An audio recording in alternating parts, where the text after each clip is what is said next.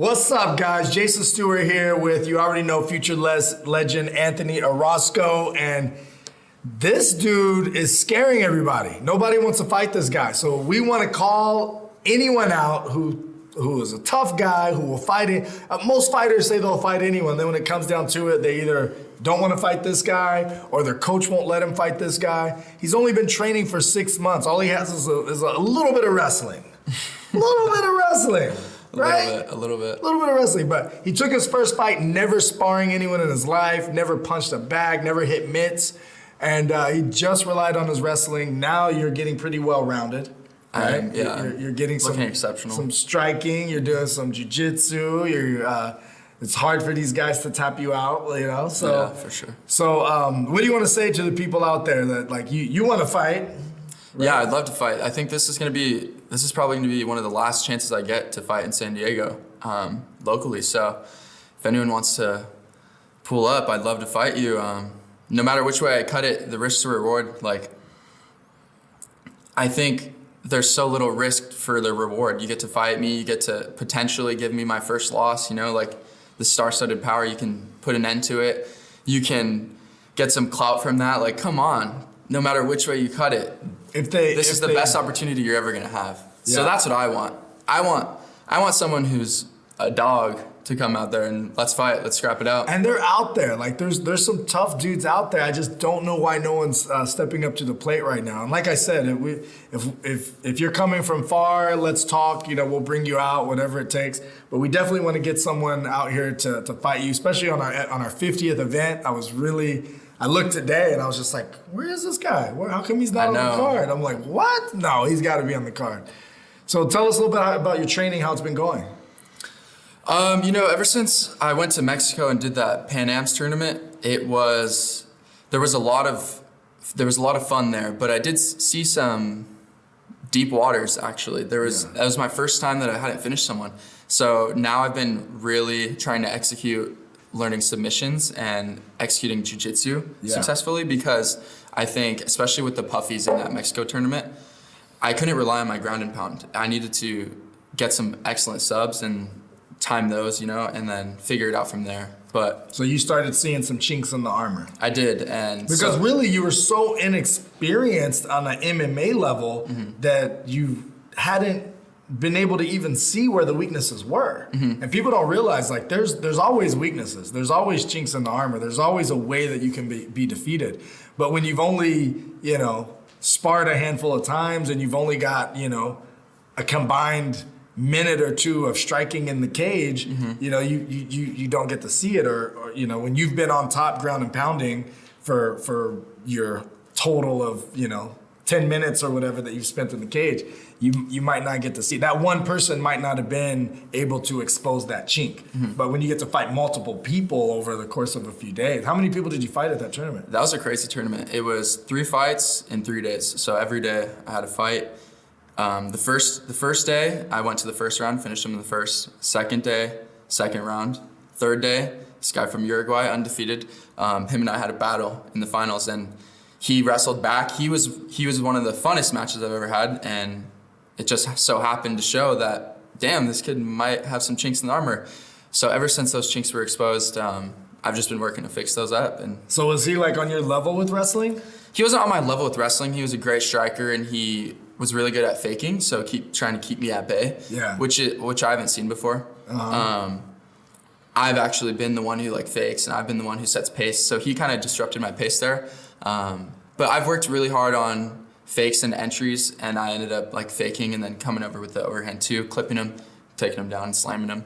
I got him down each round, but just not being able to finish him left a bad taste in my mouth. Ooh. So, you know, the guy who has finished all of his fights so far didn't finish someone. Yeah. And it almost felt like an L. It did feel like an L. I was like, did I win right now? Like when they went to raise our hands, I obviously won all 3 rounds, but I just didn't feel like I needed my hand raised. I was like, Dean Lister used to say that when he goes to tournaments or whenever he competes, that he considers if he doesn't submit them a loss. Like if he doesn't submit his opponent, he lost that round in his head. Yeah, that's how you stay on top, bro. That's how you. Yeah, I mean, when you want to stay dominant and be at the highest level, that's where your mindset has to be. How's your support system been? I see you've been having fun. You've been hanging out with your crew. You guys look like you have a good time. You got a band of brothers and sisters, and you got like I've said before, your whole fan base, your groupies that are always cheering you on, bunch of pretty girls. And so like, how's that been going? How do you balance that to stay at the top level but still have the social life and be young and free and having fun? That's a good question. It's really easy for me in college. Whenever I set out to do something, I try my best to execute, right? So like in college, I learned how to show up every day for practice and then show up in the middle of the day for lift. And once I got those done, I earned everything. I earned everything that I wanted to do after the fact. So I could go to a party. I would, in college, if there was a party and I knew I wanted to go to it, I'd go work out before that. So that's how I carry myself now. It's like, I'm not going to be able to relax. I'm not going to sit and get comfortable with my girlfriend and hang out for the whole weekend. I'm going to wake up and I'm going to go work out, and then we're going to make maybe some breakfast and then go up to the beach, you know?